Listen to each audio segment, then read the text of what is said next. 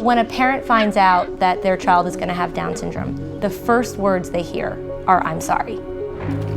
Nobody ever says, "Congratulations." What I want to do is to share with the world a narrative that is so far beyond, "I'm sorry." And for people to take the time to recognize that and embrace that can change your entire life's perspective.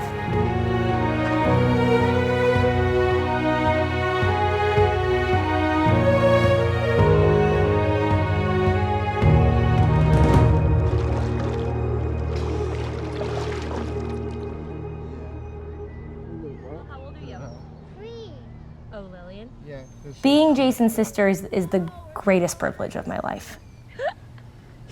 Jason finds joy in every moment.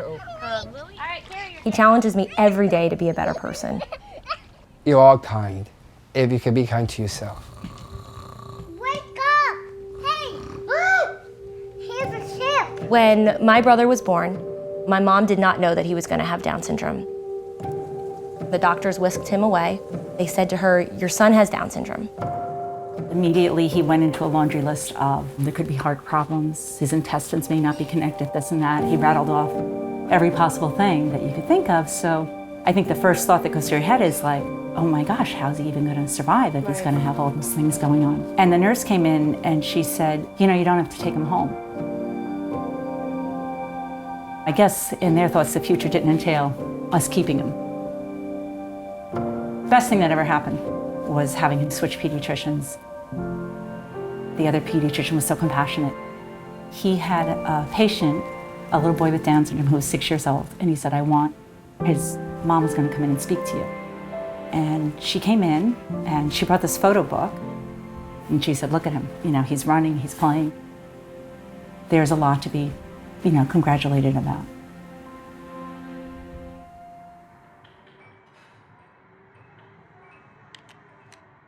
My brother was one of the first individuals with Down syndrome in our school district.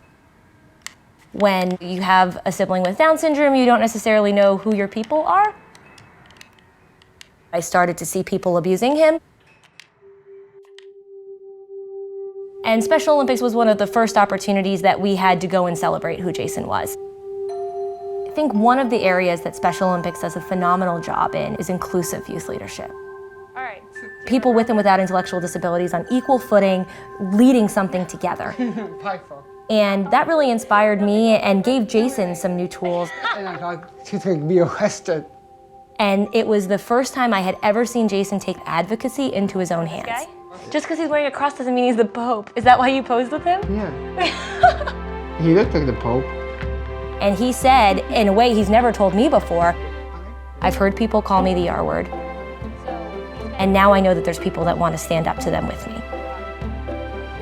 This short moment was so important. I thought it was a good opportunity because it's like I am embracing my inner self.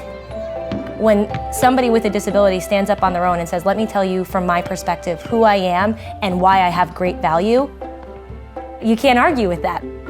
And that's really what we're trying to do with the Congratulations Project.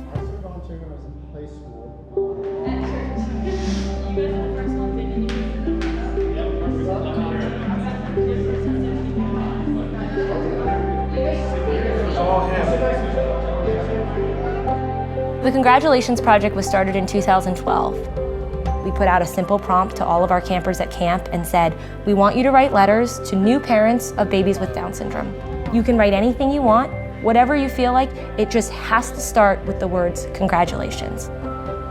And then from there, it's everything that the camper wants to share about who they are, about the hopes that they have for themselves, about the hopes that they have for this baby's future.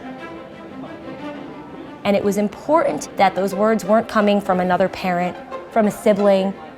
There's something so meaningful about it coming directly from someone with Down syndrome.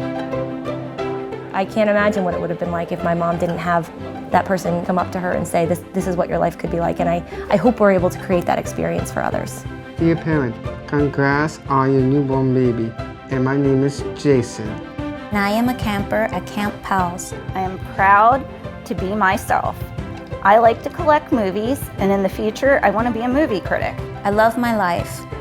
I love my family, my sister Rachel, she has Down syndrome too. She is perfect just like me. Do not be scared to make a miracle happen, because this is your life and your baby will have a bright future. Sincerely, Anna Rose Rubright. Sincerely, John Kellis. It was the first piece of mail I opened in my home post-diagnosis. I love seeing her handwriting. It showed me her personality. It showed me her strength. It showed me how capable she was. What's up? Baby, It just like gave me a connection to see what she could be like, and made her like a person, not some abstract thing that I didn't understand.